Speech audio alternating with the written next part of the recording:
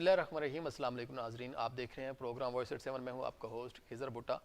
आज इमरान खान पर फ़र्द जुर्म आयद होनी थी तोशाखाना रेफरेंस के हवाले से, लेकिन ये फ़र्द जुर्म आयद नहीं हो सकी। इसकी वजह खान साहब का पेश ना होना और उसमें जो मजाज बनाया गया है वो तिबी मामलात को लेके जो है इसको जो है बनाया गया है मजाज के वो खान साहब पेश नहीं हो सकते हैं तोशाखाना रेफरेंस के हवाले से।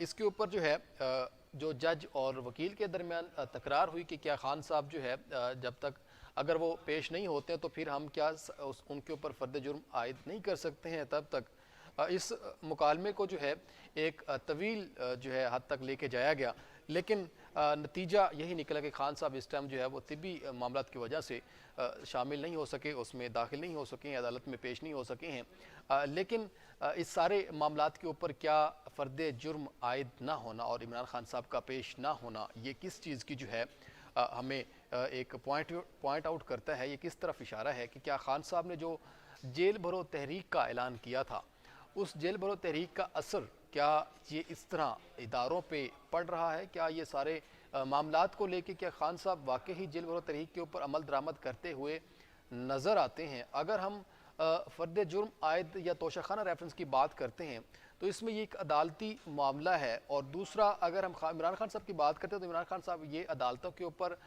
या फिर किसी भी इदारे के ऊपर बात करें जो कि उन्होंने इदारों के ऊपर बात करने के बावजूद इदारों के ऊपर बात भी की और उनको भुगता भी सही अदालतों में और उनकी सज़ा उनको मिली। फवाद चौधरी साहब हों या आज़म सवाती साहब हों, शेख रशीद साहब ने भी बातें की। उस हवाले से ये सारे मामलात को भी हमने देखा कि जो एक इशू था जिसको लेके जो है ये इशू बनाया गया कि जो इमरान खान साहब की हुकूमत जब गिराएगी तो उस वक्त से उनके खिलाफ जो है इंतकामी कार्रवाइयाँ होना शुरू होगी, जो कि एक पाकिस्तानी तहरीक इंसाफ ये कहते हैं कि इंतकामी कार्रवाइयाँ हैं। अगर तोशाखाना रेफरेंस के हवाले से अगर हम बात करें तो आज जिस तरह 7 फरवरी थी, इसके ऊपर जो समाअत होनी थी जिसके फ़र्द जुर्म आयद होना थी अभी तक वो नहीं हो सकी है। उसकी वजह कि खान साहब अगर पेश होते या फिर नहीं हो रहे हैं तो वो क्या ये समझते हैं कि जो जेल भरो तहरीक चला रहे हैं इमरान खान साहब, उससे ये असर जा रहा है इदारों के ऊपर, या फिर इस तरह कुछ ऐसा असर है कि जो उनको गिरफ्तारियाँ कबल जो है गिरफ्तारी उनको गिरफ्तार नहीं किया जा सकता। दूसरा जो जेल भरो तहरीक है इसमें जो कानूनी तकाजे हैं वो क्या हैं? क्या आइन में या फिर कानून में ऐसी कौन सी चीज़ें हैं जो कि जेल भरो तहरीक जो है वो चलाई जा सकती है? और उसमें ज़ाहिर है एक कानून है पाकिस्तान में, एक आइन है जो कि हमें ये बताता है कि क्या एक पुलिस को या फिर किसी भी इदारे को किसी को इस तरह गिरफ्त में लेने से पहले उसके ऊपर कोई फ़र्द जुर्म आयद होती है, कोई उसके ऊपर जो है जुर्म इकरार जुर्म होता है तो उसके खिलाफ वारंट गिरफ्तारी जारी होते हैं तो उसके बाद उनको गिरफ्तार किया जाता है और उसमें उनको जेल में डाला जाता है। लेकिन यहाँ पे सिचुएशन जो है बिल्कुल चेंज है कि एक तो जुर्म कोई नहीं है और अपनी खुशी से गिरफ्तारियाँ देने की बात हो रही है। तहरीक का मतलब कि अपनी खुशी से जो है वो गिरफ्तारियाँ देंगे और इसका वजह यह है कि हमारे खिलाफ इंतकामी कार्रवाइयाँ बंद कर दी जाएँ। अब इसके पीछे एक नुक्ता ये है कि क्या जो गिरफ्तारी है जो कि देने जा रहे हैं पाकिस्तान तहरीक इंसाफ के कारकुन, जो कि खान साहब ने एक मैप भी जो है अपने कारकुनों को बताया है जिसमें एक जो उस तरह से स्टेप बाय स्टेप जो है वो गिरफ्तारियाँ देंगे। अब इनमें जो इशू है वो ये है कि इनको क्या ऐसा कोई जो कानून है उसको पास करना पड़ेगा या फिर उस कानून की खिलाफ वर्जी करनी पड़ेगी जिसमें दफ़ा 144 आता है कि जिसकी वारंट गिरफ्तारी जो है वो जारी नहीं की जाती और उनको डायरेक्टली पकड़ के जो हवालात में बंद कर दिया जाता है। ऐसे जो एक कानून के मुताबिक जो पॉइंट्स हैं जो कि विद आउट वारंट गिरफ्तारी उनको गिरफ्तार कर लिया जा सकता है और उनको गिरफ्तार करने के बाद उनको जेलों में डाला जा सकता है। अब ये है कि क्या पाकिस्तान तहरीक इंसाफ जो है इसमें ताख़ीर करेगी? ये जो बयानिया था जो जेल भरो तहरीक थी, क्या ये कहीं अब ना चलती हुई नज़र आएगी? क्या इसको अब तहरीक को चलाया जाएगा या फिर इसको अब रोक दिया जाएगा? और इसके हवाले से क्या जो कारकुनान है उनका जज्बा कैसा देखा जाएगा, इसके ऊपर भी हम बात करेंगे। लेकिन यहाँ पे जो है हम एक ब्रेक लेते हैं, हमारे साथ रहिएगा।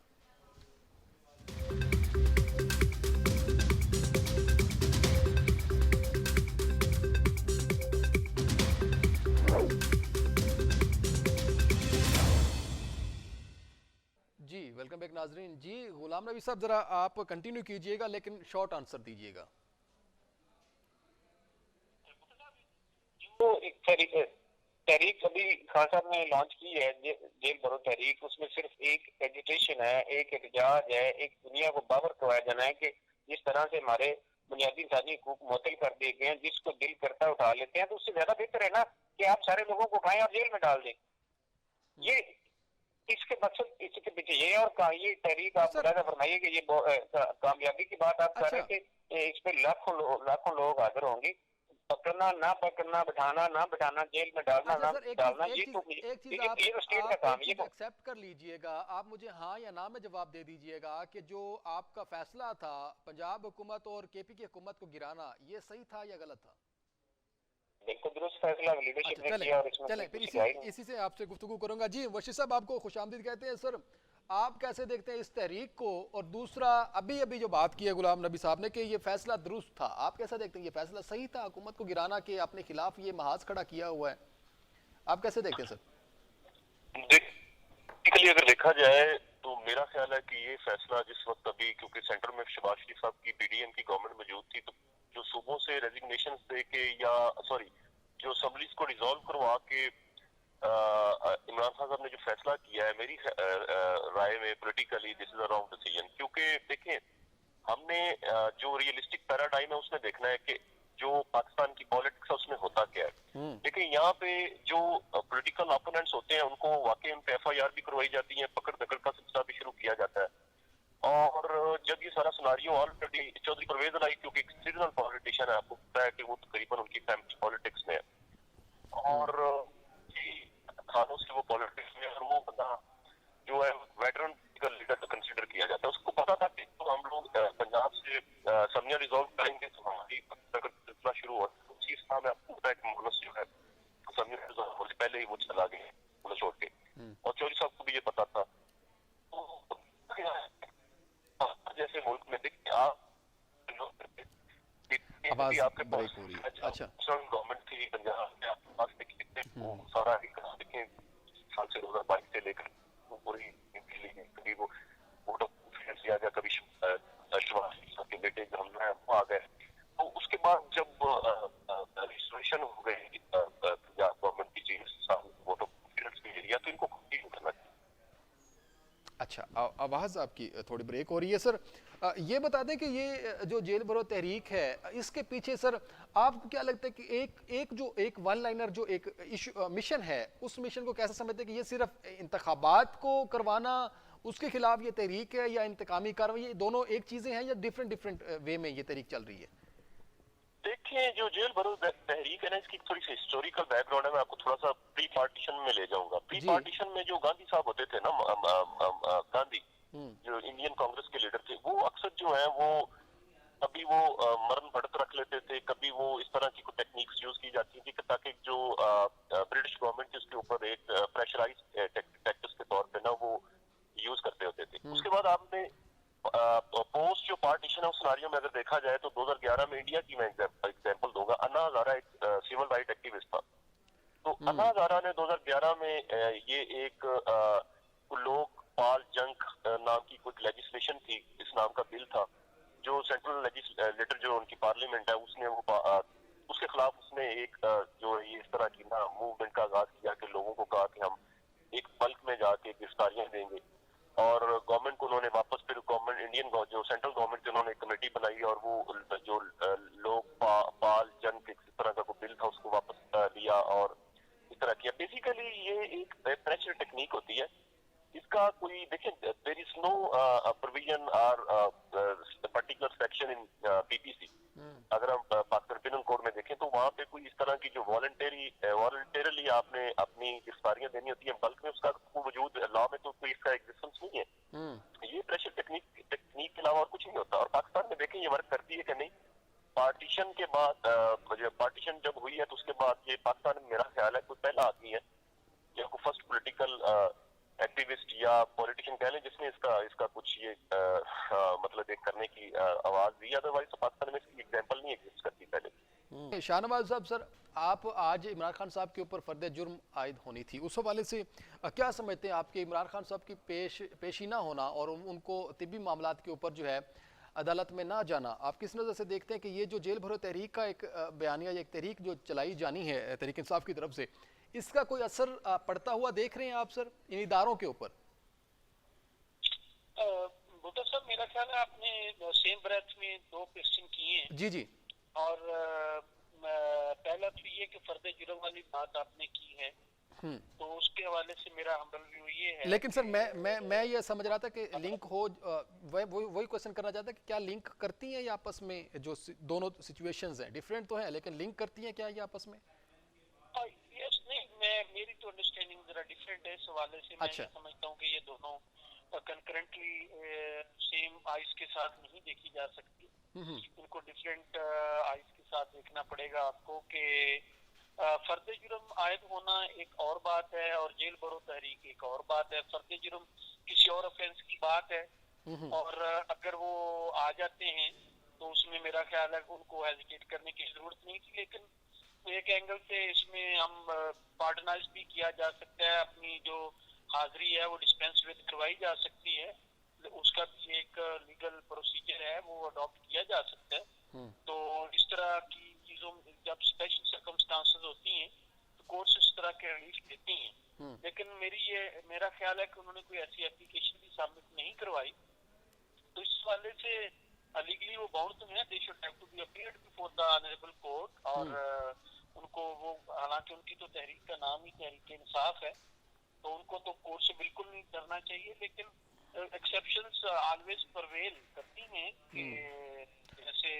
लेकिन सर तिब्बी मामलात के ऊपर जो है कुछ ऐसे इशू हैं जिस वजह से वो पेश नहीं हो सकते, तो या क्या ये जब फर्द जुर्म आयद होना हो तो उस टाइम इस तरह के कोई तिब्बी मामलात को इशू बना के पेश ना होना, कोई इस तरह की गुंजाइश बाकी है आइन में?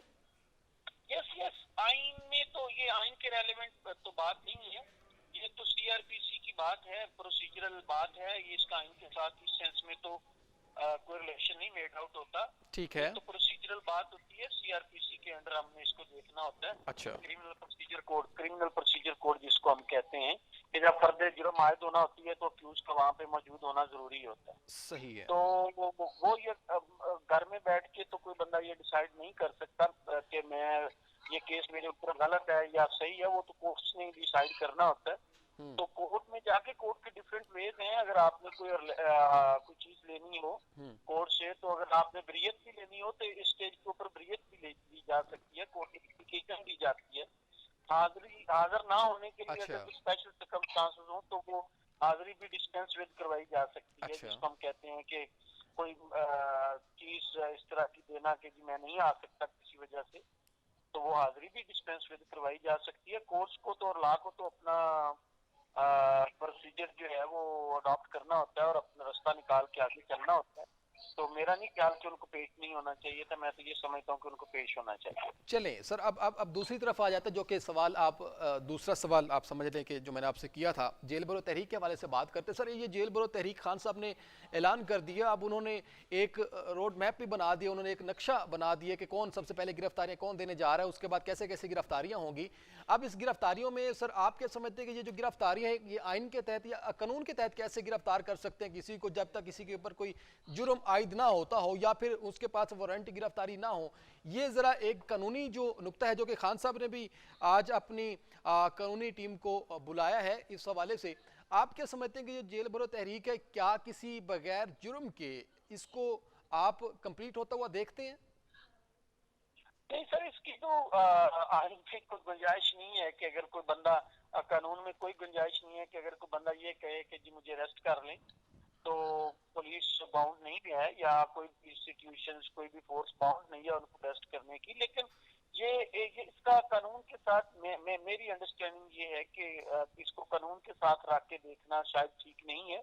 अच्छा। ये तो एक some sort of that can be amounted as a political यू में से एक पॉलिटिकल एक्सरसाइज है, एक सियासी रंग है, ये किसी एजिटेशन टाइप आप इसको कह सकते हैं। अच्छा। कानून में मैं नहीं समझता कि इसकी कोई गुंजाइश है।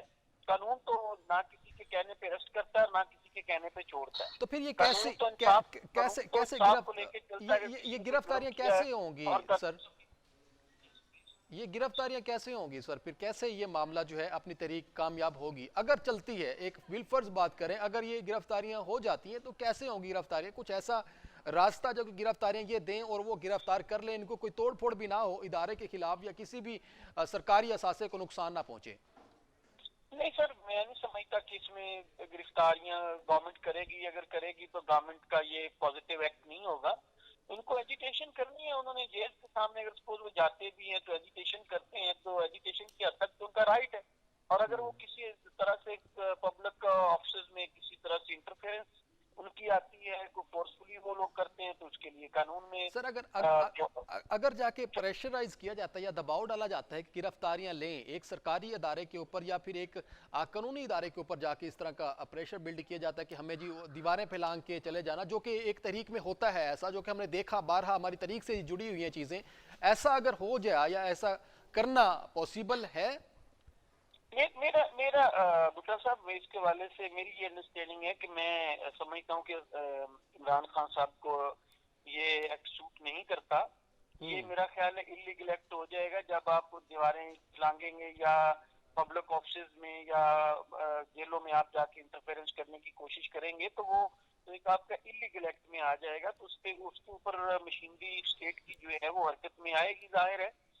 और दूसरा ये है कि मेरा ये ख्याल है कि अगर हिस्ट्री में आप जाते हैं, देखते हैं इन चीजों को, तो ये तहरीकें कभी भी कामयाब नहीं हुई और फ्रूटफुल भी नहीं हुई, और ना ही इसका कभी कोई कॉन्सिक्वेंसेस पॉजिटिव आए हैं। अगर ये ठीक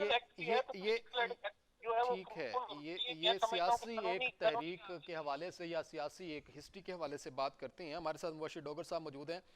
सर आप कैसे देखते हैं सर इस तहरीक को, जो तहरीक खान साहब ने अभी ऐलान किया है? एक तो इसको आप क्या तहरीक को चलता हुआ देख रहे हैं या फिर ये सिर्फ एक तहरीक के नाम तक जो है वो चलने वाली है?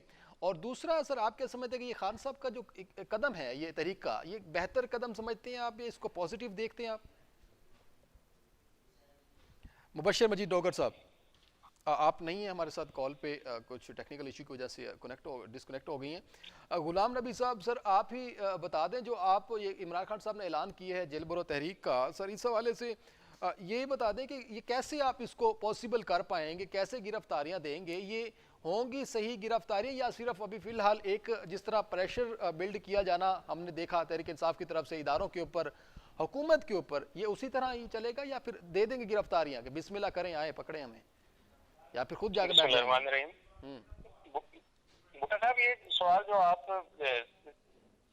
कर रहे थे, जो माहिर कानून आपके साथ हैं, वो मुझसे अगर किया जाता तो वो ज्यादा अच्छा था कि ये खान साहब ने जो लॉन्चिंग की है तहरीक की, जेल भरो तहरीक, ये बेसिकली आपने इस पे जाना है कि ये इसकी जरूरत पेश क्यों आई है, जरूरत इसलिए लाक हुई है। अच्छा, आप ये समझते हैं कि हम आपसे ये पूछें कि इसकी जरूरत पेश क्यों आई है, तो उसका आपके पास यही जवाब होना ना कि महंगाई बहुत ज्यादा है, इलेक्शन नहीं करवा रहे, हमें इलेक्शन की तारीख दे दे, हमारे साथ ज्यादतियां हुई हैं। जहाँ पर आप ये फरमाइए, क्योंकि कानून की सबसे जो राइट्स हैं, जो बुनियादी राइट्स हैं, वो मुअत्तल हो चुके हुए हैं, जहाँ पर आइन को बिल्कुल खामोश कर दिया गया है। ऐसे समझें कि एक आप सिविल मार्शल लॉ में है, जहाँ पर बुनियादी इंसानी हकूक आपको अवेलेबल नहीं है, यहाँ पर आपको इलीगली रात को घर से उठा लिया जाता है, और वो भी रात के पिछले पैर में, वो भी अपने आपके बच्चों के सामने, वो भी आपके पोते और पोतियों के सामने।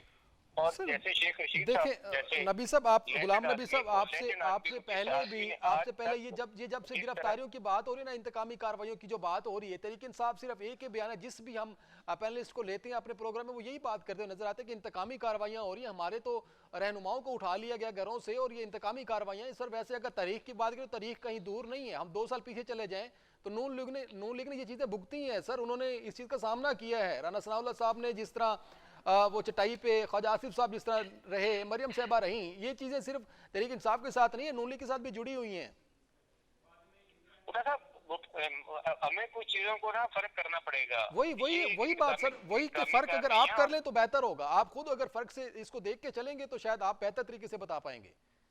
मैं वही आपको बताने जा रहा हूँ कि मैं भी ये आपको गुजारिश करता चलूं, जो पीटीआई के जितनी भी आपके कैबिनेट के लोगों को देख लें, जो पंजाब में थी या वफाक में थी, आप सिर्फ बतौर एंकर पर्सन आप बैठे हैं टीवी चैनल पे, आपके कंधों पे भी एक जिम्मेदारी है, आपको भी इतना ही आप भी पाबंद है कि आपने हक और सच की बात के साथ खड़े होना। आप मुझे सिर्फ ये बताइए कि पीटीआई की कितने लोग अब तक करप्शन में गिरफ्तार हुए हैं, किस पे करप्शन साबित हुई है, किस पे करप्शन का इल्जाम लगा है, सिंपल बाकी चीजों को छोड़ दी, सिर्फ करप्शन का इल्जाम लगा। अब अगर ख्वाजा आसिफ की बात है, बाकी दीगर लोगों की बात है, उन पे वो करप्शन के FIR नहीं, FIR वो उस वक्त नहीं जब उनकी लेकिन सर लेकिन ठीक है, आप ठीक कह रहे हैं कि करप्शन का केस नहीं बना, लेकिन सर ये नून लीग के भी कुछ ऐसे केसेस थे ना जिसमें राना सनाउल्लाह साहब थे, ख्वाजा आसिफ साहब थे, इनके ऊपर भी तो कोई उस तरह के सामने नहीं आई ना चीजें जो कि सबूत मिलते या उनके ऊपर